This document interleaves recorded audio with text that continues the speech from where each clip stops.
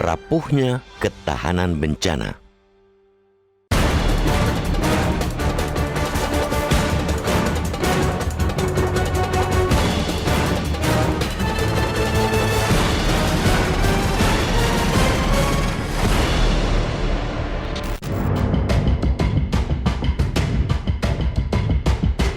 Setiap bencana datang, seketika itu pula korban jiwa berjatuhan. Kondisi yang selalu terjadi di Indonesia seakan tidak pernah menemukan solusi.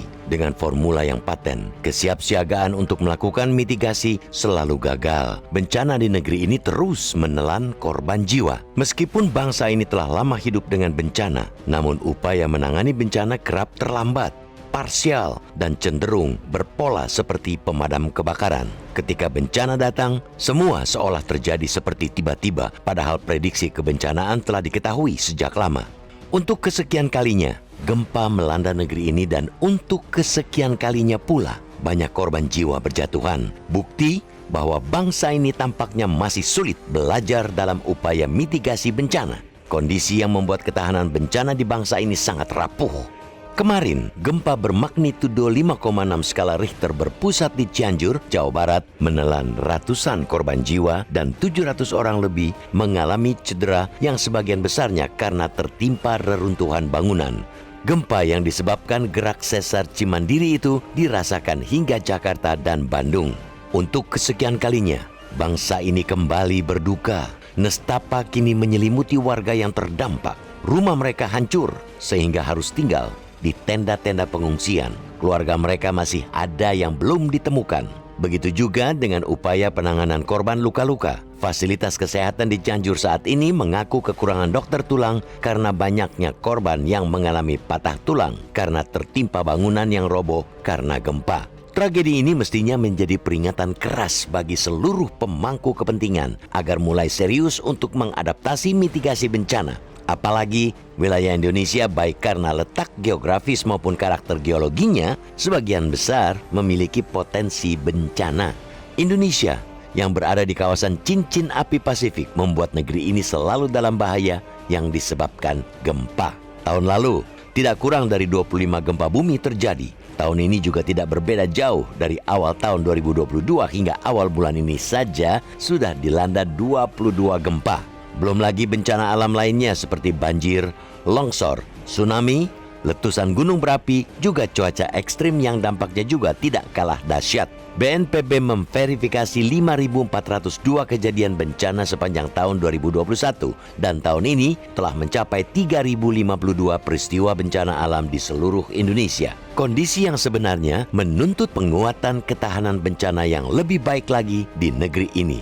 Bencana ialah keniscayaan. Potensinya sudah diketahui. Wilayah rawan bencana sudah bisa dipetakan, namun waktunya saja yang belum bisa dipastikan dengan jitu. Namun, dengan data pemetaan bencana saja, upaya mitigasi bisa maksimal dilakukan. Misalkan, daerah rawan gempa mesti dibangun rumah tahan gempa. Begitu juga wilayah potensial tsunami mesti dilarang untuk pemukiman. Kondisi alam yang berpotensi memicu bencana tidak bisa dikontrol oleh siapapun. Namun, pemerintah baik itu pusat dan daerah punya otoritas penuh untuk membuat serangkaian kebijakan agar menekan dampak bencana seminim mungkin. Politik kebencanaan harus benar-benar ditegakkan. Dari sisi regulasi, Undang-Undang Nomor 24 Tahun 2007 tentang penanggulangan bencana sejatinya sudah ada. Terapkan semua aspek penanganannya tanpa ada terkecuali. Siapkan anggaran mitigasi yang memadai, baik di pemerintah pusat dan daerah. Di sektor pendidikan, baik tinggi maupun dasar, berikan sosialisasi kesiapan bencana yang tersistem. Peningkatan literasi kebencanaan juga penting untuk memperkokoh ketahanan bencana bangsa ini.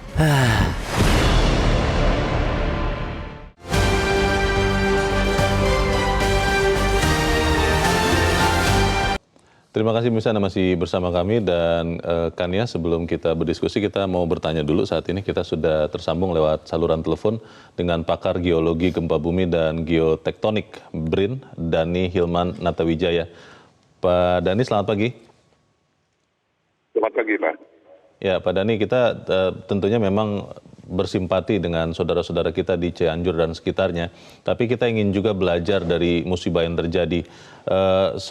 Walaupun yang saya tahu, Pak Dhani, tidak bisa satu orang pun memperkirakan gempa terjadi di mana dan kapan, tapi apa yang kita bisa siapkan untuk menghadapi kemungkinan gempa ini sebetulnya, Pak?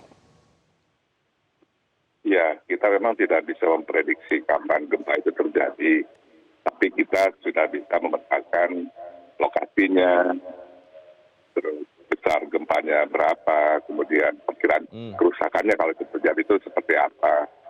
Nah, itu yang harus kita mitigasi. Jadi kalau mitigasinya benar, namanya tata ruangnya disesuaikan, kemudian kode bangunan atau struktur bangunan rumah-rumah, gedung-gedung dan sebagainya sesuai dengan yang disyaratkan, harusnya kalau gempa terjadi ya seharusnya tidak banyak kerusakan dan korban. Oh, Pak Dhani, ini mau mengkonfirmasi. Jadi sebetulnya bencana gempa itu bisa diperkirakan terjadi di mana begitu, Pak Dhani? Oh iya, benar, itu yang kita lakukan. Bisa diperkirakan, itu yang menjadi dasar kita membuat peta zonasi gempa Indonesia yang dikeluarkan oleh PU terakhir tahun 2017 ya. Ya 2017? benar. 2017 akhirnya dikeluarkan itu ya, apa namanya? Peta 5 tahun yang lalu ya? 5 tahun yang lalu, dan sekarang ini kita dalam proses untuk merevisi peta tersebut oleh tim nasional. Ya. Oke, peta itu ada di tangan siapa saja itu, Pak Dhani? Itu publish, itu bisa diakses oleh semua orang karena ada di websitenya PUPR, Pak. Di website, di situsnya PUPR ya? Sudah masuk ke TNI Indonesia. Oh oke. Itu menjelaskan dengan jelas begitu seluruh wilayah di Indonesia potensi bencana gempa di mana begitu, ada itu Pak ya, daerah-daerahnya begitu jelas ya? Ada Pak, ada. Jadi sepanjang jalur gempanya atau jalur sesar aktifnya sudah dipetakan, ya ada di laporan itu, ada bukunya tebal, dan juga sudah ada di setiap daerah harus sekuat apa bangunannya gitu ya, berapa besar gempa maksimal yang bisa terjadi. Berapa besar gempanya maksimal itu bahkan sudah diprediksikan bisa begitu ya Pak Dhani ya? Bisa Pak, tapi sebetulnya bukan maksimal ya kalau untuk konstruksi tahan bangunan, ada rumusnya lah gitu ya. Tapi pada intinya kalau semua bangunan memenuhi persyaratan yang sudah dikeluarkan itu oleh PUPR, seharusnya tidak ada kerusakan. Oh, seharusnya kalau memenuhi kaidah yang disampaikan PUPR. Pemerintah daerah punya juga peta gempa ini tidak Pak? Seharusnya punya itu ya, seharusnya semua PUPR, semua pelaku bangunan punya. Cuma masalahnya kalau untuk rumah-rumah rakyat itu belum ada peraturannya. Jadi itu di-enforce untuk bangunan-bangunan besar, bendungan dan sebagainya yang engineered structures lah. Nah, tapi untuk rumah-rumah kan belum ada. Untuk bikin IMB itu kan kita nggak perlu memenuhi syarat itu. Ya. Pak Dhani, ini sedikit bicara gempa yang terjadi kemarin di Cianjur, Pak. Ada beberapa yang beredar itu terutama di media sosial. Ini katanya adalah awal dari megatrust di selatan Jawa, katanya begitu Pak. Bisa dikonfirmasi Pak Dhani? Tentu saja tidak ya, tidak ada hubungannya dengan megatrust. Tidak ada hubungan ya? Tidak ada. Oke. Tidak ada hubungan dengan megatrust, jadi ini berbeda dan yang ada di media sosial itu berarti hoax atau bohong begitu ya Pak Dhani ya? Benar Pak. Pak Dhani, kita memang sudah sering dengar Indonesia ada di daerah Ring of Fire, ada potensi kegempaan juga, ada potensi erupsi gunung berapi, ada beberapa jenis bencana yang lain. Tetapi kan masyarakat mungkin karena tidak mengalami, akhirnya hanya melihat seperti kita sedang lihat sekarang terjadi di Cianjur, dan akhirnya kesadaran atau awareness untuk mulai dari membangun rumah, mencari tempat tinggal, sampai bersikap pada saat terjadi bencana, itu mungkin rendah. Yang harusnya melakukan kampanye untuk sosialisasi kewaspadaan ini siapa ya Pak Dhani? Seharusnya kita semua ya, terutama seharusnya pendidikan kebencanaan ini termasuk gempa, harusnya masuk kurikulum Pak. Jadi harus sudah diajarkan pada anak-anak kita, mulai dari TK, SD, SMP, SMA. Nah itu yang benar, jadi harus betul-betul berakar ya. Jadi tidak hanya mengandalkan berita sepotong di media massa, di koran dan buku begitu ya. Tidak mencukupi Pak. Pak Dhani, setahu Anda Pak, peta sudah ada, potensi bencana gempa sudah ada untuk seluruh daerah. Terakhir 2017 sedang diupdate untuk tahun ini ya mungkin ya Pak Dhani ya. Apakah bagaimana Pak? Untuk revisi yang baru tahun depan akan dikeluarkan. Oh tahun depan, tahun 2023 ya. Apakah peta yang sudah ada dan yang akan sedang direvisi ini, ada pemerintah daerah yang sudah memperhatikan betul dan kemudian akhirnya menyesuaikan pembangunan ataupun alokasi wilayah hunian dari daerahnya Pak? Ada tidak pemerintah daerah yang benar-benar sudah pakai peta ini Pak? Ya itu masalahnya. Jadi yang setahu saya sih belum ada yang menanggapi serius setahu saya ya. Kita harus konfirmasi ke semua pemerintahan daerah. Maka peraturan SNI yang sudah dikeluarkan ini benar-benar diperhatikan untuk pembangunan di daerah masing-masing. Oke, jadi kembali lagi ini adalah perlu kesadaran dari semua pihak, tapi terutama mungkin pemerintah ya, baik di pusat maupun daerah yang bisa mendorong, menggerakkan rakyat. Harusnya ada enforcement dari pemerintah pusat, Pak. Harusnya sih ya, ada instruksi jelas ke pemerintah daerah untuk mematuhi peraturan yang peta-peta gempa ini yang sudah dipublish ya secara resmi oleh PUPR. Ya. Pak Dhani, ini pertanyaan terakhir Pak. Banyak orang yang masih belum tahu bahwa sebetulnya ketika terjadi gempa, berapa besar kemungkinan terjadi gempa susulan di sekitarnya, berapa jauh dan akan bisa terjadi berapa lama. Karena kalau kita lihat saudara-saudara kita di Cianjur masih banyak yang belum berani masuk lagi ke bangunan untuk beristirahat di malam hari. Ini boleh dijelaskan Pak kepada kita semua supaya kita tahu Pak Dhani. Iya, kita harus paham ya, jangan salah mengerti tentang gempa susulan. Jadi gempa susulan itu adalah gempa-gempa yang menyertai gempa utama dalam kaitannya untuk menghabiskan sisa-sisa yang belum keluar untuk mencapai kesetimbangan alam lagi. Artinya gempa susulan tidak pernah lebih besar atau sama dengan yang gempa utama. Biasanya sih tidak lebih dari satu skala di bawah gempa utama. Jadi kalau sekarang ini gempanya 5,6, maka maksimal gempa susulannya tidak lebih dari 4,6. Biasanya sih lebih kecil lagi.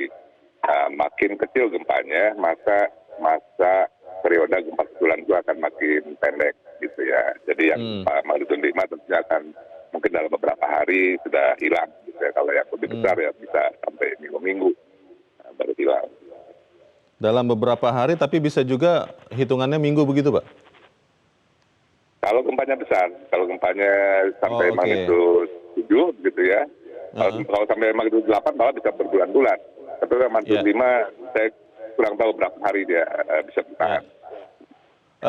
Kemarin gempa yang terjadi di Cianjur itu memang karena pergeseran lempeng tanah ya, betul ya Pak Dhani ya? Pergeseran di jalur sesar aktif, ya betul. Ada pergeseran di tanah ya, di jalur patahan. Oh oke.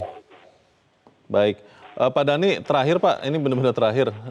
Di sekitar Cianjur, adakah warga di daerah-daerah sekitar Cianjur yang memang harus mewaspadai karena pergeseran tanah, pergeseran energi ini kan katanya sering diikuti dengan proses menstabilkan lagi di daerah-daerah sekitarnya. Betul begitu atau bagaimana Pak Dhani? Maksudnya untuk gempa yang sekarang ya, saya pikir ya ya kita harus lihat kondisi sekitarnya ya, harus dibantu juga oleh para ahli apakah memang ada potensi misalnya seperti longsor begitu ya. Jadi kalau potensinya memang ada longsor ya, getaran yang tidak terlalu besar pun bisa memicu ada gerakan tanah. Tapi kalau di sekitarnya tidak ada potensi longsor ya aman-aman saja begitu ya. Tapi untuk ke depan ya tidak hanya di Cianjur, karena yang sudah dipetakan itu jalur sesar di Mandiri mulai dari Pelabuhan Ratu sampai menyambung ke Sukabumi sampai ke Cianjur dan bahkan menyambung sampai ke sesar Lembang di daerah Lembang ya. Oke, jadi warga di daerah sekitar yang disebutkan Pak Dhani ini memang harus lebih waspada ya. Semoga tidak terjadi, tapi lebih baik berjaga-jaga daripada kemudian panik pada saat terjadi. Untuk saat ini terima kasih Dhani Hilman Natawijaya, pakar geologi gempa bumi dan geotektonik BRIN. Pak Dhani, terima kasih Pak. Selamat pagi. Selamat pagi. Ya, Kania memang kita sudah pernah mendengar juga peta potensi gempa. Ya. Dan saya juga punya itu yang tadi disebutkan, tapi kalau dalam bentuk buku itu tebal sekali. Saya tidak tahu berapa ribu halaman. Dan tapi tadi disebutkan bahwa ada sudah di situs, ya, ada di situsnya juga. Nah, pertanyaannya, apakah memang potensi gempa yang sudah dipetakan oleh teman-teman ini kan bukan dengan mudah juga, itu hanya menjadi sekedar formalitas atau benar-benar dipakai sebagai acuan untuk melakukan pembangunan baik oleh pusat maupun daerah. Nah, itu yang kemudian menjadi pertanyaan besar juga begitu ya, bahwa berulang kali kita mendengar pada saat gempa terjadi, karena kan kemudian semua bertanya juga kenapa sih kita bicara soal mitigasi pada saat sekarang yang dilakukan itu adalah bagaimana caranya merespon ya gempa yang terjadi di Cianjur. Jadi proses yang sekarang perlu diperhatikan itu adalah proses evakuasi, proses penanganan korban, proses pemulihan, proses penegakan kehidupan kembali seperti yang tadi disampaikan oleh Leo begitu ya. Nah, tapi kita ingin bicara tadi kalau kita mendengarkan apa yang sudah disampaikan oleh Pak Dhani, jelas sekali gitu kan, kemudian memperlihatkan bahwa sebenarnya kalau antisipasi ya perlu dilakukan dan sebenarnya peta itu ada tersedia gitu, yang kemudian menjadi pertanyaan apakah seberapa serius gitu ya pemerintah daerah, pemerintah pusat gitu memastikan bahwa peta itu dimanfaatkan sesuai dengan tujuannya. Karena bagi kami ya paling tidak ya di media Indonesia, editorial media Indonesia itu sebenarnya ya yang utama kami berduka begitu ya dengan korban jiwa yang sekarang ini terus bertambah. Dalam hitungan jam itu bisa 100 kali lipat begitu korban jiwa yang meninggal. Di siang hari masih 56, tiba-tiba di malam hari update terakhir 162 gitu. Ini angka yang tidak sedikit. Nah, bagaimana kita ke depan meminimalkan korban jiwa, karena itu yang paling utama pada saat bencana terjadi, kerusakan yang ditimbulkan itu diminimalkan. Maka kemudian kita punya teknologi, kita punya riset dan lain sebagainya. Bahkan kita sudah punya peta, dan peta itu juga akan direvisi loh untuk tahun 2023 tadi Pak Dhani bilang. Apakah kemudian bencana yang terakhir ini di Cianjur benar-benar membuat kita mau berubah kan ya? Karena sebetulnya sudah sejak beberapa kali bencana sebelum ini, hal yang kita bicarakan ini kita tahu, tapi mungkin karena sudah tenang lagi, jadi lupa. Kita harus jeda dahulu kan ya. Tapi kita apresiasi ya sebenarnya langkah-langkah yang sudah dilakukan dalam pemerintah daerah penanganan. sangat cepat saat ini, tapi kita harus jeda dahulu dan pemirsa tetap bersama kami segera kembali.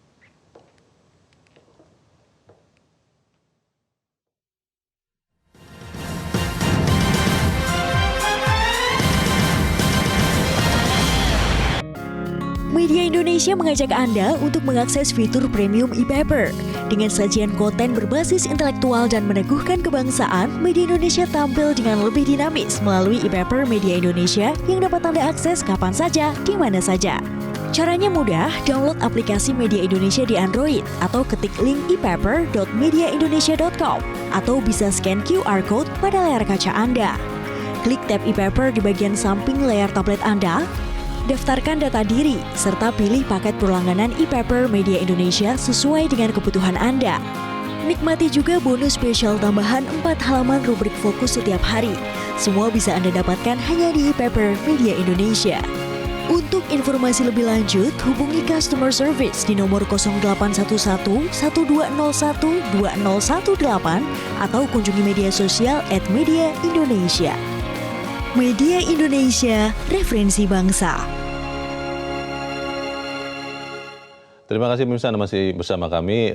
Kania memang jangan-jangan benar ya bahwa stigma yang mengatakan orang Indonesia kita semua ini mudah lupa itu jangan-jangan benar. Karena saya ingat beberapa bencana sebelum ini kita semua bicara untuk memperbaiki keadaan.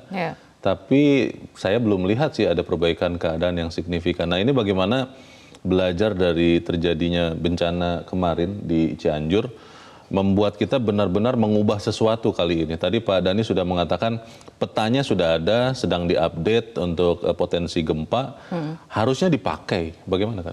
Ya itu menjadi tadi kan sempat disampaikan juga gitu, ditanyakan sebenarnya siapa sih yang harus paling bertanggung jawab begitu kan ya. Ya memang kita semua berarti stakeholder, tidak hanya masyarakat, kita semua tuh berarti stakeholder, berarti pemerintah pusat, pemerintah daerah, semua lembaga terkait yang terkait gitu dalam proses penanggulangan bencana ini. Ada BMKG, ada BNPB dan lain sebagainya begitu ya. Karena kan memang kalau kita bicara mitigasi itu kan ada tahapan-tahapannya gitu, ada tahap perencanaan, ada tahap kemudian awalnya itu juga seperti apa perencanaan, kemudian juga respon dan juga pemulihannya. Jadi di setiap tahapan itu kan pasti ada lembaga-lembaga atau otoritas lah gitu yang kemudian mempunyai tanggung jawab untuk memastikan semua tahapan itu sesuai dengan Terlaksana, yang diatur dalam undang-undang lah paling Iya. tidak. Itu kan semuanya ada gitu. Iya. Itu yang kemudian membingungkan. Ketika semuanya ada, siapa yang harus memastikan bahwa semua itu juga dijalani gitu. Kalau kita melihat kan tadi korban yang dirawat di rumah sakit saja 460%-nya itu anak-anak. Nah, saya ingin menyoroti apa yang disampaikan soal tadi ya, kurikulum kebencanaan apakah itu sudah Iya. dimasukkan atau tidak gitu di sekolah-sekolah untuk memastikan anak-anak itu tahu apa yang harus mereka lakukan pada saat bencana itu terjadi. Betul. Kalau saya juga tidak tahu sih secara nasional sudah ada atau tidak, tapi kalau belajar mungkin di sekolah tempat anak saya bersekolah, Kania, di tingkat SMA itu memang sudah ada disiapkan latihan kesiapsiagaan menghadapi bencana. Sekolah anak saya memang sekolah swasta sih. Nah, tetapi pertanyaannya kan kalau Kenapa kemudian, harus ya maksudnya saya tidak tahu yang terjadi di sekolah negeri begitu ya. Nah, apakah kemudian di dalam kurikulum ini memang benar-benar sudah dimasukkan kesadaran bahwa Indonesia ini benar-benar hidup di daerah yang rawan bencana, lalu bukan hanya teori tapi juga dilatih simulasi begitu persiapan ke bencana, ini kan juga menjadi PR. Bagaimana? Iya, saya melihatnya ini ada budaya ya, mungkin ini salah satu ya, ini tidak bisa dikatakan budaya, tapi terkesan pasrah gitu ya, terkesan pasrah gitu ya. Lagi-lagi tadi Anda mengatakan bahwa yang namanya gempa ini kan tidak bisa diprediksi, bisa terjadi setiap saat. Tapi yang kita ketahui adalah sebuah fakta bahwa Indonesia itu berada di kawasan Ring of Fire, yang artinya rentan terhadap potensi bencana, apakah itu gempa bumi dan lain sebagainya begitu ya. Banyak sekali sebenarnya gitu. Nah, ini yang kemudian menjadi apa ya, ya paling tidak belajar dari pengalaman sekarang ini yang di Cianjur, bagaimana kita lebih serius lagi ke depannya untuk memastikan bahwa setiap kali bencana itu terjadi, kerusakan yang ditimbulkan itu minim. Gitu. Karena kita melihat kemarin juga penjelasan dari BMKG mengatakan bahwa ini adalah gempa dangkal. Tapi kerusakannya bisa begini masif begitu. Bahkan proses evakuasi masih terus dilakukan, ada kemungkinan akan terus bertambah. Ada sekarang puluhan ribu pengungsi loh. Begitu yang kemudian mereka ya harus diperhatikan kondisinya gitu agar kehidupan mereka bisa pulih kembali. Ada banyak tahapan-tahapan dalam proses penanggulangan bencana ini yang kita lihat sepertinya kok masih rapuh gitu ya penanganannya. Baik, kita ini ingin juga mendengarkan Kania suara dari pemirsa Metro TV. Kita coba menyapa pemirsa Metro TV di Jakarta, ada di kawasan Pejaten, ada Ibu Ong Mei Hua. Ibu Ong, selamat pagi. Selamat pagi Bang Leo, selamat pagi Mbak Kania. Assalamualaikum warahmatullahi wabarakatuh. Waalaikumsalam warahmatullahi wabarakatuh. Bagaimana Ibu Ong, kita bisa belajar dari bencana yang terjadi supaya kalaupun bencana itu terjadi lagi di kemudian hari, kita bisa lebih bersiap untuk meminimalkan korban, Bu Ong. Ya, Bang Leo, kita itu kan tinggal di daerah lempengan, pergeseran lempengan antara Pasifik dengan Australia. Lalu lempengan ini kan sangat dangkal, tapi korban itu banyak Bang Leo, 162. Kita kan baru saja bersenang-senang, bangga dengan G20. Tiba-tiba Allah memberikan cobaan sehingga merenggut nyawa 162 masyarakat kita Bang. Nah inilah bagaimana Bang Leo. Bang Leo tadi bilang, sosialisasi dengan gempa diberikan kepada anak-anak sekolah dan sebagainya. Bang, namanya orang panik. Sekalipun sudah sosialisasi, namanya gempa tiba-tiba mendadak, terus mau sembunyi di mana, ambruk. Tapi setidak-tidaknya kan Bu, kalau misalnya kita pernah tahu bahwa kalau ada gempa, apa yang harus dilakukan? Misalnya, ya amit-amit ya, misalnya saat sedang siaran ini, kami di sini mengalami gempa, kami sudah harus tahu kami harus pergi kemana. Kami berlindung di bawah ambang pintu, di bawah meja misalnya, atau lari keluar bangunan secepat-cepatnya. Kalau itu sudah diinformasikan dengan berkala, sudah dilatih juga, simulasi gempa begitu, logikanya kan akan bisa lebih bersiap, Bu. Bagaimana Ibu? Betul Bang Leo. Memang kita harus bersembunyi di bawah meja atau dekat dengan tiang dan sebagainya. Tapi namanya orang panik Bang. Dan takdir. Allah memberikan cobaan pada umatnya, pada masyarakat. Nah ini semua ini diperingatkan Bang, jangan berbuat maksiat. Akhirnya kan Baik. Allah memberikan cobaan hanya 5 menit, Bang Leo. Iya, Bu Ong, tapi kembali kalau kita bicara soal tadi sebelum ini kan saya yakin Bu Ong juga mengikuti BRIN itu sudah menyiapkan peta potensi gempa, Bu. Dan itu terakhir 2017 sedang diupdate untuk tahun depan. Betul. Tapi tadi Pak Dhani dari BRIN malah juga sanksi bahwa memang ada pemerintah di level manapun yang sungguh-sungguh menggunakan peta itu untuk mengalokasikan katakan misalnya rencana tata ruang. Bagaimana pembangunan, bagaimana alokasi daerah-daerah yang berpotensi gempa ini ya jangan ditinggali, logikanya kan begitu. Nah ini menurut Ibu bagaimana Bu, bisa nggak tidak kita memperbaiki pengabaian ini, belajar dari bencana gempa di Cianjur ini Bu? Betul, betul Bang Leo. Pengalaman itu membawa kita ke depan Bang Leo. Masyarakat kita itu kalau sudah tinggal di lereng gunung, mohon maaf, dia sudah nyaman Bang Leo. Ini kan peta sudah ada. Tapi untuk direlokasi pun sulit Bang Leo. Dia merasa saya enak tinggal di lereng gunung. Padahal itu bahayanya bukan main Bang Leo. Dengan cuaca yang ekstrim. Kita tidak tahu Bang Leo. Umpama mohon maaf Bang Leo dengan Mbak Kania. Tiba-tiba kita ada gempa lalu metro tertimpa. Lalu kita mau ngomong apa Bang Leo? Baik. Nah itulah semuanya takdir dari Allah. Makanya kita harus mendekatkan diri, kita bersyukur. Jangan sampai kita tertimpa dengan musibah ini Bang. Baik. Jangan sampai korban itu berjatuhan, kita masih belum tahu ini. Berapa lagi ya yang masyarakat kita. Terima kasih Ibu Ong Mehwa di kawasan Pejaten, Jakarta untuk pendapat Ibu. Selamat pagi. Kita akan membahas nanti pendapat dari Ibu Ong, tapi kita harus jeda dulu. Kania dan Musa tetap bersama kami. Kami kembali selepas jeda berikut ini.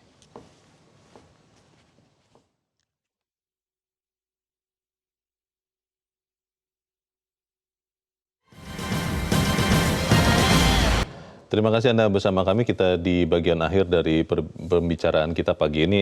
Kania tadi Bu Ong mengatakan ya masyarakat memang harus mendekatkan diri kepada Tuhan, itu benar. Dan ya pasrah. Saya agak kurang pas dengan itu karena kalau kemudian kita pasrah kan tidak melakukan apa-apa. Tapi kalau soal gempa, petanya sudah ada, sedang diupdate. Ya harusnya dipakai. Bagaimana kan? Betul, saya setuju sekali Leo. Berarti segeralah gitu lakukan tindakannya. Tak ada otoritas gitu ya. Artinya kita kan sebagai masyarakat berharap tentunya ada otoritas yang bertanggung jawab, yang punya kewenangan gitu untuk melakukan sesuatu, untuk berbuat, untuk menyiapkan kita-kita gitu. Karena kalau kita lihat tadi kan salah satu faktanya itu adalah Indonesia kan berada di kawasan Ring of Fire gitu yang memang rentan gempa dan lain sebagainya, bencana begitu. Nah, bagaimana kemudian undang-undang yang sekarang juga sebenarnya sudah ada itu dimanfaatkan, peta yang juga sekarang direvisi, buat apa direvisi kalau tidak dimanfaatkan begitu, dan memastikan bahwa bahkan dikatakan oleh Pak Dhani tadi di awal bahwa apa yang harus dilakukan oleh pemerintah daerah sekalipun itu semuanya sudah ada, sudah jelas gitu, termasuk juga misalnya kekuatan gempa yang harus diantisipasi, struktur bangunan seperti apa dan lain sebagainya gitu. Nah, ini yang kemudian kita harapkan bisa segera diwujudkan gitu, tidak hanya setiap kali bencana itu terjadi baru kita teringat kembali bahwa sebenarnya ada sebuah peta yang bisa dijadikan referensi untuk memastikan bahwa antisipasi ke depan ini tidak menimbulkan korban jiwa yang terlalu banyak. Atau mungkin kalau peta itu benar-benar dipakai, lalu ada orang yang harus dipindahkan, itu kan tidak populer ya. Ketika masyarakat tadi Bu Ong juga mengatakan sudah nyaman di satu tempat kan biasanya enggan berpindah. Nah ini apakah memang kemudian harus menyerah dengan kondisi itu? Ya tidak seperti itu ya. Jangan ada kata menyerah, jangan ada kata pasrah begitu, apalagi di era digital seperti sekarang ini, di mana teknologi itu adalah panglima. Bagaimana kita memanfaatkan teknologi itu untuk membuat masyarakat hidupnya menjadi lebih nyaman dan aman di kawasan yang memang kita ketahui adalah kawasan yang rawan bencana alam gitu. Nah ini mungkin bisa menjadi salah satu isu yang didiskusikan oleh para politisi kita juga ke depannya. Ya, kita harapkan bencana ini benar-benar bisa ditangani. Kita harapkan tidak jatuh lebih banyak korban ya. Dan kita juga bisa menyelamatkan ketahanan bencana kita supaya tidak rapuh. Kania, terima kasih sudah hadir di tempat ini. Selamat pagi. Selamat pagi.